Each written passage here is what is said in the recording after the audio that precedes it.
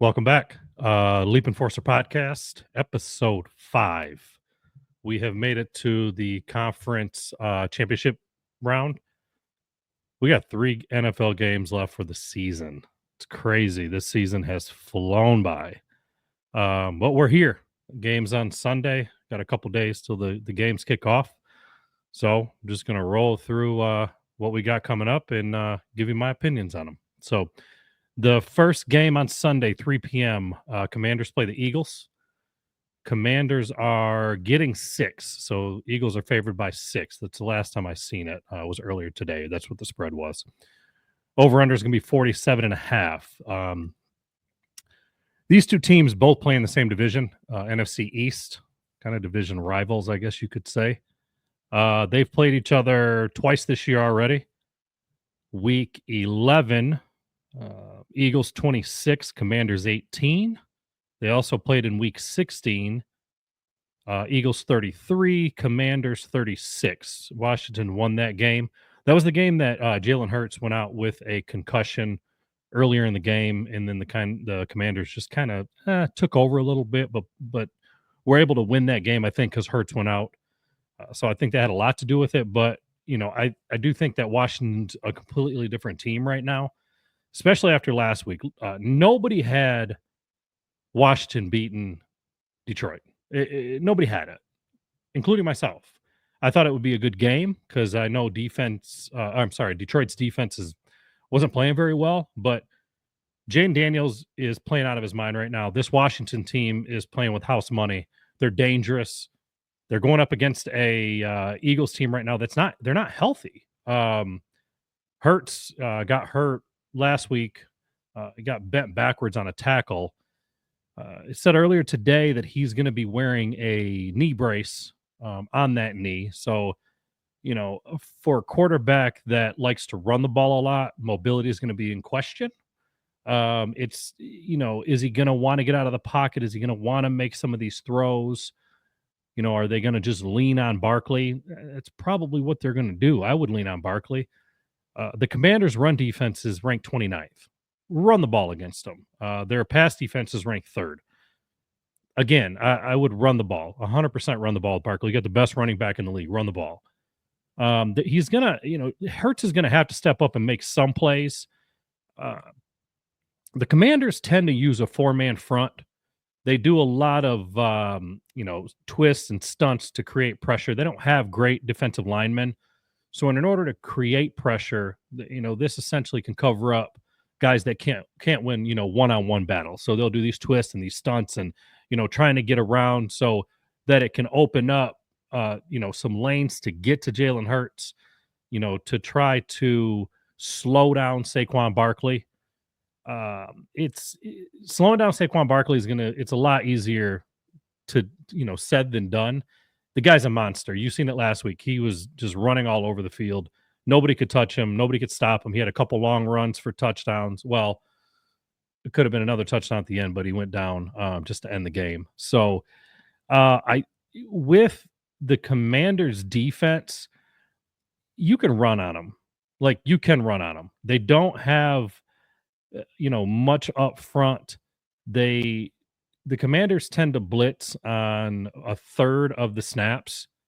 Their run defense, though, it gives up almost 5 yards a carry. And Saquon, that Eagles offensive line, they are not allowing anybody to touch Saquon within the first 2 yards. I think it was 2.1 yards a carry before Saquon is really being touched this year. So that's disaster waiting to happen, I feel like, for the Commanders. You're giving up almost 5 yards a carry, but then Saquon's not getting touched for 2.1 yards a carry. It could be a very long day for Washington if they're not able to get some pressure, and load the box and try to stop Saquon. Do not allow Saquon to get outside. Try to keep him inside. I do hope that Bobby Wagner, kind of keeps that secondary and those linebackers and kind of everybody in check. Washington's a younger team on the defensive side of the ball. So I do think it's something Bobby Wagner could step up and really try to, be a leader and make sure these guys are playing in position. I do like the defensive coordinator for the Commanders came out, I think it was this morning or possibly yesterday, Joe Whittier Jr. He came out and he was honest. Most of these coaches, a lot of people think this stuff, but they don't say it. He came out and said, if Jalen Hurts runs the ball, we're treating him like a running back. 100% I agree with that. Hit him, see what he's got, see how that knee feels, see if he wants to take that hit. He just came back from concussion, recently as well. So I agree with Whittier on this one. Like I'm having my Commanders defense hit him. I'm going to see what he's made of. In Jalen Hurts, something with the passing game is just not right. AJ Brown's not, it doesn't seem like he's all checked in there. Devontae Smith is, he kind of comes and goes in some of these games. Like you don't even know if he's on the field. Dallas Goedert. Commanders, if they could force Jalen Hurts to beat them, I think they have a shot. I do think the Commanders can put up points. It's going to be tough if we swing to that side of the ball with Jayden Daniels. Jayden Daniels, he destroyed the blitz against the Lions. Like he destroyed it. They thought they were going to be able to play man in the back, single high safety, maybe a cover two. It didn't work out well for them. Jayden Daniels was able to run when he wanted to. He was able to throw when he wanted to. He was able to see the blitz coming. He knew where the soft spots were in the secondary, and he threw right to them. McLaurin had a day. De'Ami Brown had a day. Zach Ertz played well, had a lot of really good catches for them, like big catches. The main focus for Washington, I think, in this game is going to be on first down. They just need to be successful on first down. What I mean by that is just have positive plays, 3-4 yards, 5 yards. Set up these second and manageable plays.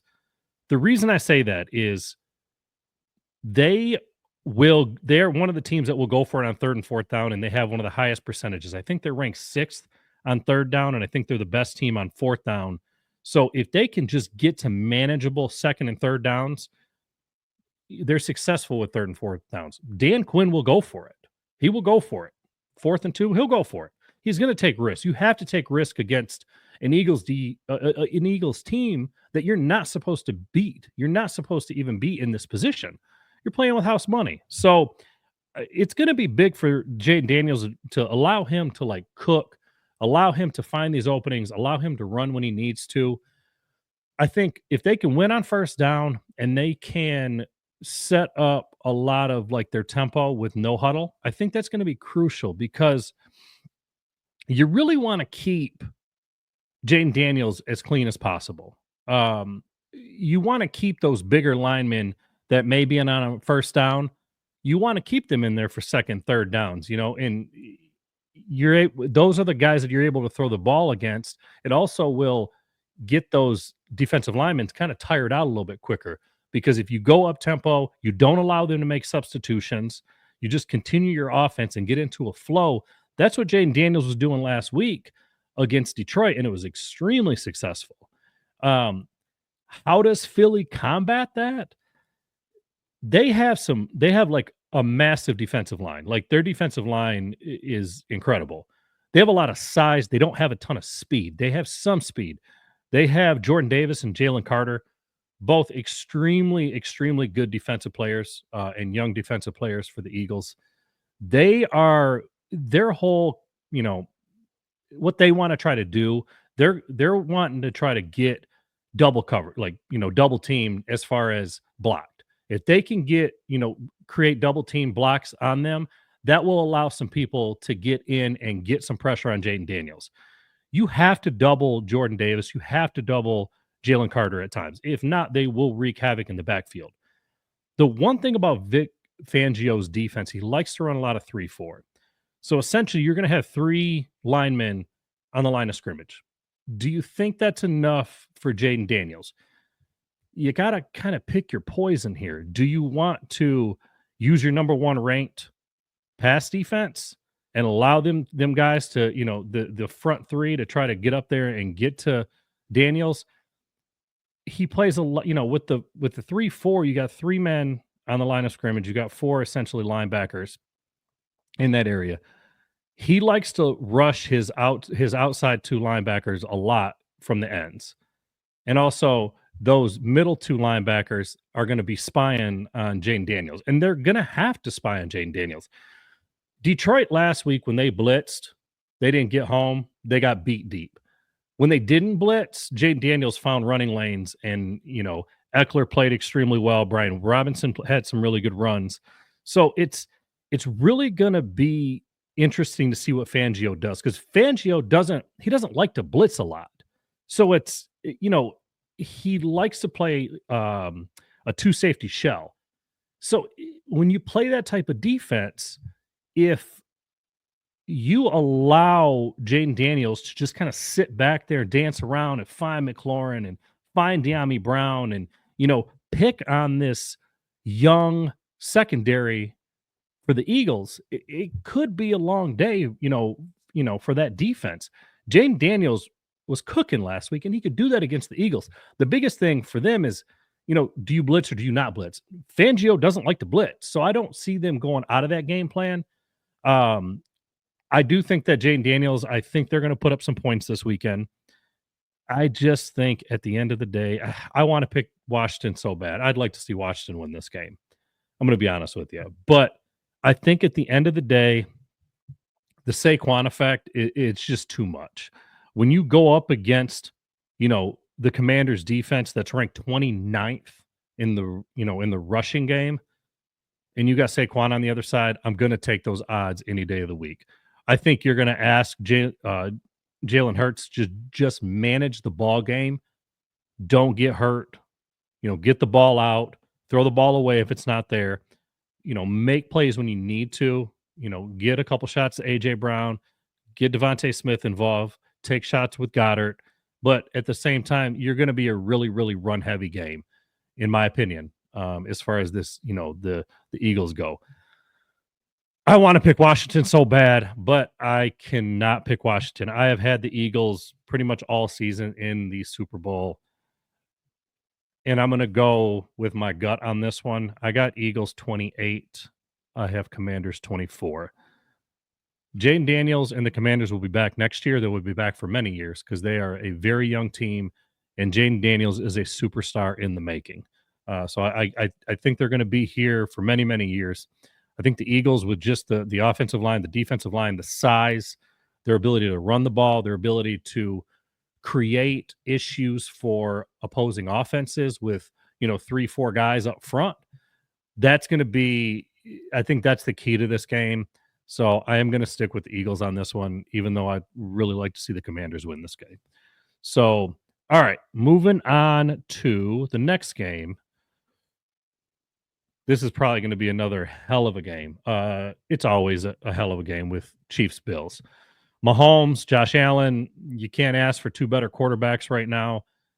Josh Allen was able to outlast Lamar Jackson last week. And, let's see what happens this week. The Bills are getting 2, so the Chiefs are favored by 2. They're going into KC, over-unders 48.5. They played earlier this year too. It was week 11.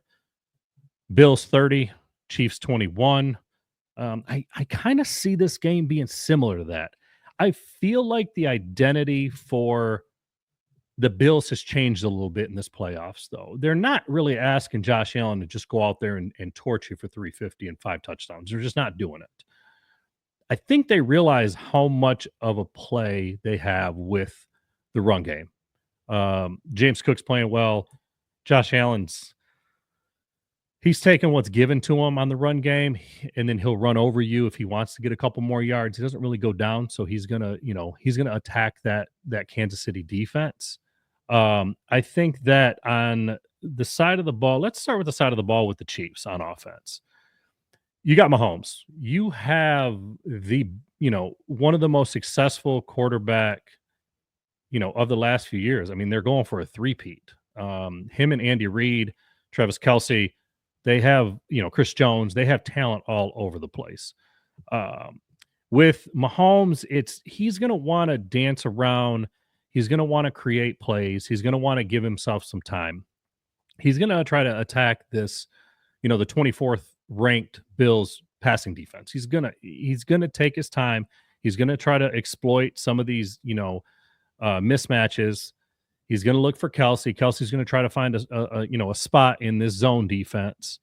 I do think the last time the Bills played KC, they did line up Terrell Bernard in kind of like the middle of the field, wherever Kelsey was. He was like glue on Kelsey. It did lead to Kelsey having one of the worst games of the season. Can they replicate that? That's going to be crucial for them to win the game because Mahomes and Kelsey are always on the same page. They played together forever. Kelsey knows where the soft spots are. Mahomes knows Kelsey knows where the soft spots are in the zone. So, he's always going to kind of know where he's at, and they just seem to make big plays when it counts. I think one of the big matchups in this game to me is Juwan Taylor going up against Greg Russo and AJ Epinesa. Juwan Taylor has a lot of illegal formation penalties. He never gets on the line of scrimmage. He has some false start penalties. If you watch him, he doesn't really ever line up on the line of scrimmage correctly. He will also kind of, right before the ball's hiked, he's kind of moving already, or he's kind of rocking back. So I'm hoping that these calls that the Chiefs typically get are a little bit more evened out, because there's no question right now, if you watch last week or any of the previous weeks, it seems like in the playoffs, over the last couple of years, it seems like the Chiefs get calls all the time. Last week, they got a couple roughing the passer penalties that weren't roughing the passer, but that's a whole nother story. But I do think that's going to be crucial for them, because if Juwan Taylor gets called for all the penalties that he's actually doing, or a majority of them, it could set the Chiefs back behind the sticks multiple times. And, they're in the second and long, 3rd and 20, 2nd and 20. Those are the times where, you can really allow, Ed Oliver to kind of set the, up front, try to, disrupt the middle of the field at the line of scrimmage, and then allow, Epinesa and Russo, to create some havoc in the backfield and get after Mahomes. They're going to have to get some pressure on Mahomes. They're going to have to. If you allow Mahomes to sit back and just pick you apart with what he's able to do with Kelsey and the speed with Worthy and Hollywood Brown, and they got D-Hop, so they got like a guy with phenomenal hands. He will pick you apart. You're gonna have to get pressure up front. There's just no way around it. You're gonna have to. If you allow him to sit back there and just cook, it's going to be a long day for Buffalo, and we're going to be in for a Chiefs 3-peat. Do I think that's going to happen? I don't. I think that Mahomes is going to be smart enough to, not beat himself, or, have him be the reason they lose. I do think they could exploit a matchup issue. If Taylor Rapp is out, they're going to end up the Bills are going to have to put Cole Bishop in. If they put Cole Bishop in for Taylor Rapp, I would be very cautious because of the speed of Hollywood Brown and Worthy. That could be the game for KC right there. If they can exploit that, I think with that speed and that inexperience on the backside for Buffalo, Mahomes is smart enough to know who's back there. And if Rapp is out, then he's probably going to target that. But again, I don't see Mahomes being the reason they lose. Mahomes is going to take some shots when he has to. He doesn't really turn the ball over a ton. Buffalo, though, I think this is game number 22 in a row that they would win the turnover battle, which is crazy. That's how they're winning so many games. They're winning, closer games and lower scoring games, is because they're not turning the ball over. They're winning these turnover battles, and that's going to be massive. Another little massive stat I threw in my last video, but I want to throw it in here too.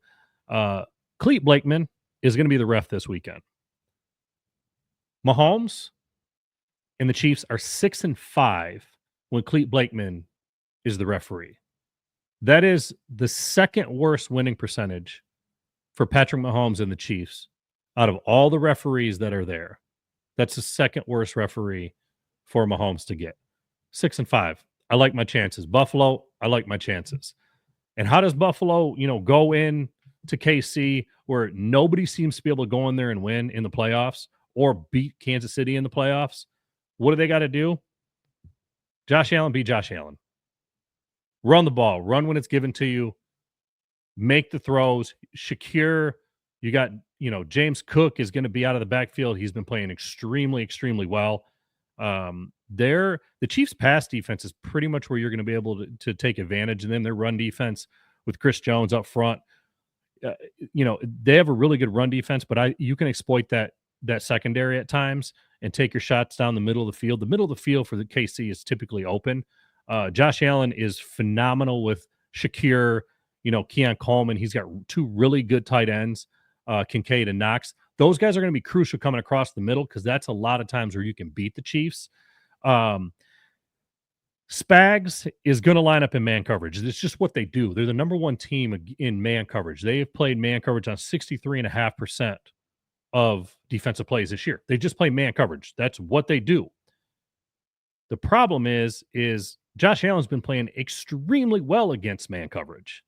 The last game they played, when Spags wanted to play, when they would blitz, so when they would kind of get into these blitzing situations, when they would blitz and play man coverage in the back, Josh Allen was able to take advantage of that.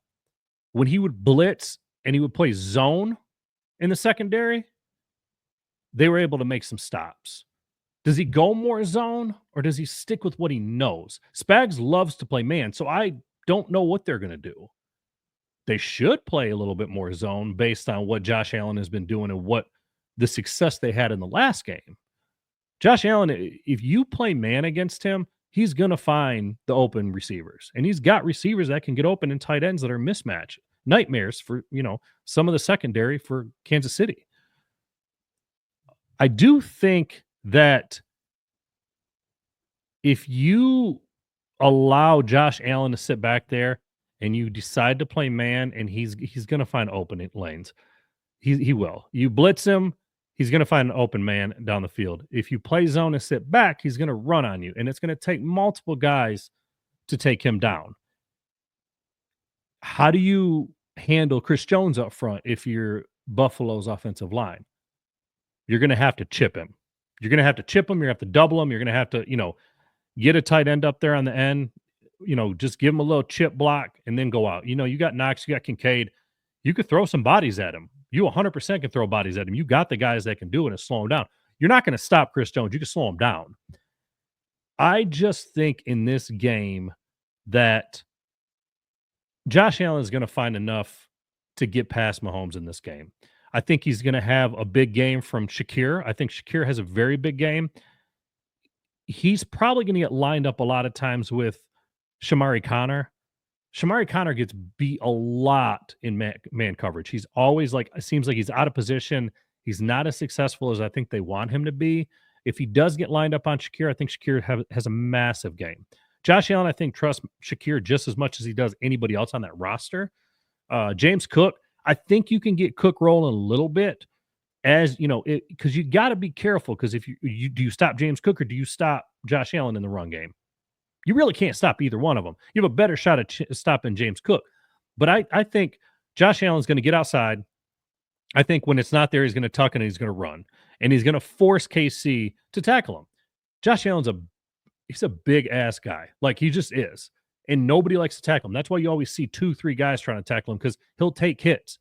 And in this game, the biggest game of the year for you, he's not going to take it lightly. He's going to hit you. He's going to come at you. He's going to try to run through you. I just think this is the time that Mahomes falls. I don't think they have enough on offense, in my opinion, to keep up. I think that Josh Allen will be able to exploit some of this man coverage because he's been playing so well against man coverage, and he's also going to tuck and run when it's not there. And he's a hard guy to stop at that point. So I'm going to probably jinx everybody in the world right now, and I'm going to take Buffalo because the only fans that want the Chiefs to win are Chiefs fans. That's it. I don't think anybody in the NFL wants to see Taylor Swift anymore on NFL TV. I think they're kind of over the Mahomes thing. I think they're over the Kelsey thing. I think they're over the refs thing. Clete Blakeman, please show up and do what you can to help Buffalo win this game. All season, I've had Buffalo in the Super Bowl. I had them against the Eagles. I am sticking to that pick. This game, I think it's going to be kind of similar to the last game, but I got a little bit higher scoring. I got Buffalo 34. I got Kansas City 27. I'm rolling with Josh Allen. I think this is their year. I think Bills Mafia finally gets their Super Bowl title. We'll talk about that, next week whenever we find out who's going to be in the Super Bowl. But I got Eagles and Bills. I would like to see Washington and Buffalo just because I like the story behind Washington being so bad for so many years, and then nobody even had them in the playoffs, and now they have a shot at the Super Bowl, and they got a hell of a rookie quarterback. So that's my take on this weekend's games.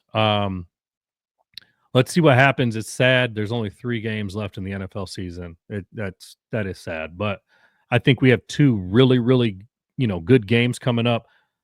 Let's see what happens. Can Jayden Daniels get it done? Can Josh Allen get it done? Let's see. I hope, but let's see. But anyways, if you made it this far, I appreciate you watching this video. This is episode 5. I hope you guys have checked out some of the other ones. I hope you guys are at least enjoying these. I do this because I like to do it. I like to talk football. I don't know everything. I feel like I know enough to talk about it, and I enjoy it enough. I'm passionate about it, so I love doing it. So I'm going to continue to do it. And again, I'm just a guy with an opinion. That's it. I sit on my couch and watch football every Sunday. Just a guy with an opinion, but I love it. So anyways, let me know. Leave a comment. Let me know your picks. And come on, let's go Buffalo and let's go Washington. But always, go Pack, go. See you guys.